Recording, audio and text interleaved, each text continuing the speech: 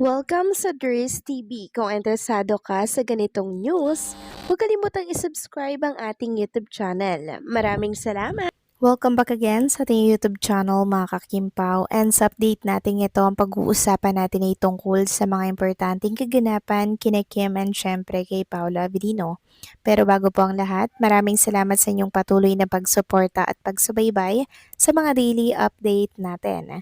Kaya naman bilang pasasalamat, narito po ang isang napili kong komento patungkol ito sa naging previous update. Mula ito kay Ginang Norma Cole, sabi niya, "There's idagdag ko lang, walang masama sa lahat na sinabi ni Kim. Yung mga bashers na walang laman ng utak, utak na may pinag-aralan at tinatapakan lang ang pinag-aralan. Grabe no? Saan ang mga pag-iisip sa mga bashers na to? Nakakainis lang na wala tayo ng freedom of speech kasi pag nagsalita ka, saan tayo pupwesto sa bansang Pilipinas. Mga bashers kayo, may naiambag ba sa lipunan? Walang panglalait at paninira lang ang natupag ninyo. Sana darating din sa inyo ang karma. Alam ng Diyos ang masamang pinagagagawa ninyo sa kapwa. First, thank you and God bless always. Kim Pao forever. Love you, KP. Maraming salamat po sa inyong komento. Ginang Norma Cole, yes, tama po kayo dyan. Diyos na po ang bahala sa mga bashers na wala pong nakita kundi panay negativity ang ibinabato nila kay Chinita Princess kahit na napakabuti, kahit na napakabusilak po ng puso ni Kim Chu sa isang statement lamang, 'di ba? Talaga naman pong nahusgahan na agad si Kim Chu. And sa dinami-rami pong ginawa ni Kim Chu na pagtulong, 'di ba, sa mga kapwa natin Pilipino, abay nabura po agad 'yun, napalatan po agad mga kakimpaw ng mga masasama na binabato nila kay Chinita Princess. Well, tayong mga fans, alam naman natin ang kabutihang ginawa at niambag ni Kim Chu, 'di ba? Higit pa nga po siya sa isang politiko na nakaupo po, 'di ba? At may katungkulan si Kim, kahit wala po siyang katungkulan sa ating bansa, talaga naman po nga andun yung kamay niya para po siya ay tumulong mga kakimpaw. Grabe lang, 'di ba? Sana hindi nila 'yon na makalimutan ng mga bashers na 'to at ng ilang mga netizens. Sana manaig po ang kagandahan na nagawa ni Chinita Princess sa kapwa. So maraming salamat po sa inyong komento. God bless po at mabuhay kayo. So eto na nga, pag-usapan na natin mga kakimpaw, mga topic po na nakalap natin sa update na to at talakayin natin ang tungkol nga dito sa pagtatanggol po ng mga netizens mula po sa mga Bisayang DDS na nang babash po sa kanya. Ayon nga dito, fan ako ni Princess Chinita at magkaiba kami ng pananaw at saloobin about politics, but knowing her not in person, only on television, I really admire her good deeds and personality.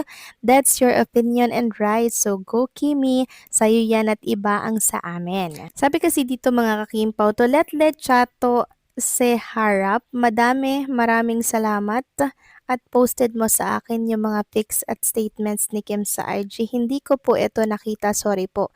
Kaya bilang fan, naguguluhan ako at nagtanong. Now at peace na ako. Lam ko naman busilak puso ni Kim. Sinubaybayan ko batang ito mula nung PBB time till now.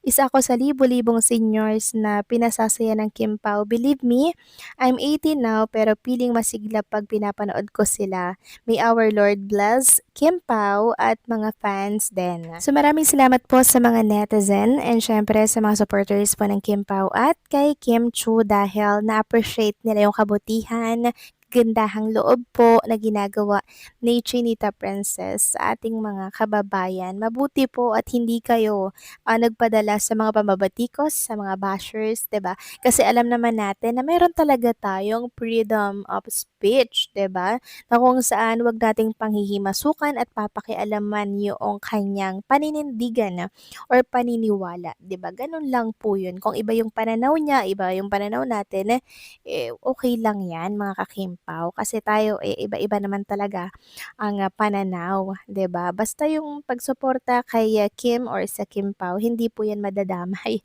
'di ba? Walang personalan mga kakimpaw kasi tayong mga Pilipino, tayo-tayo lang din naman po ang magtutulungan sa bandang huli.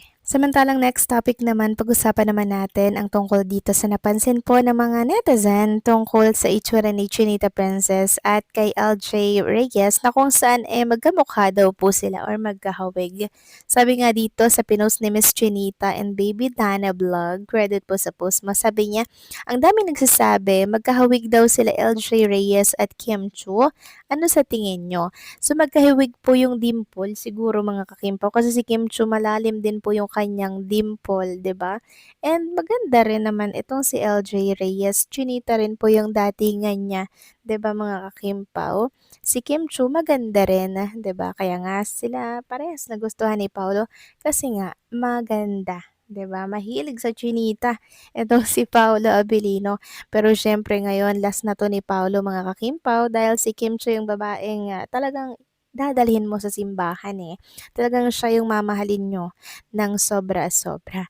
Kaya congrats kay Paolo dahil alam niyo yun, nagtiwala sa kanya si Chinita Princess kahit na nakadalwa po siyang boyfriend, 'di ba? Hindi po nasira yung tiwala ni Kim Chu sa mga kalalakihan, lalo na siguro sa pinakita ni Paolo Avellino na sinseridad 'di ba, na mahal niya si Kim, 'di ba, handa po siyang maging seryoso at siyempre ihatid ito sa simbahan.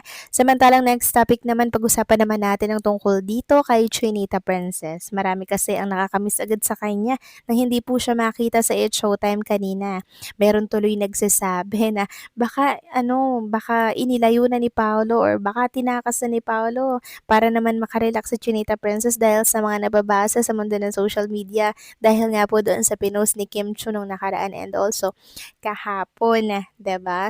So yun po yung mga biruan lang naman sa mundo ng social media na baka tinakas to ni Paolo, mga kakimpaw, kaya kung yung babasa dyan sa title natin, Kim Chu tinakas na ni Paolo, 'di ba?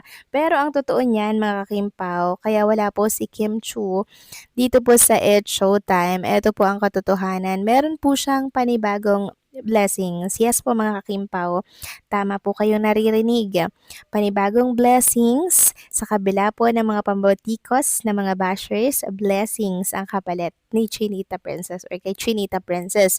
So meron po siyang endorsement shoot ngayong araw ng Saturday kasama po ang glam team niya mga kakimpaw. Yes, 10:14 AM sila nagsimula mag-shoot. Ayan po, ipapakita ko na lamang po sa mga screen po ninyo. Ayan oh, super blessed talaga at super busy na naman si Chinita Princess kaya hindi pala siya nakapag-it showtime. Abala po sa kanyang endorsement shoot. So para saan na naman kaya ito? Ang dami kasing brand na hawak ni Kim Chu mga kakimpaw, 'di ba? Kaya naman ang dami niyang kailangang i-shoot, ang dami niyang kailangang i-promote, o 'di ba? Ganyan ka-bless si Chinita Princess, the unbothered queen, 'di ba? Sabi nga dito, good karma does once again. You bashers enough already, you'll just tire yourselves out. Put your energy into something more meaningful instead. Correct, mga kakimpaw, kasi si Kim Chu ganyan yung ginagawa, 'di ba? Instead na pansinin ng mga bashers na yan, inilalaan niya na lamang po yung kanyang oras sa mga kapaki-pakinabang na gawain katulad nito. Kaya congratulations, Chinita Princess, sa panibago mo na namang blessings. So paano mga kakimpaw, hanggang dito na lamang po ang update natin at maraming salamat sa inyong patuloy po na pagsuporta.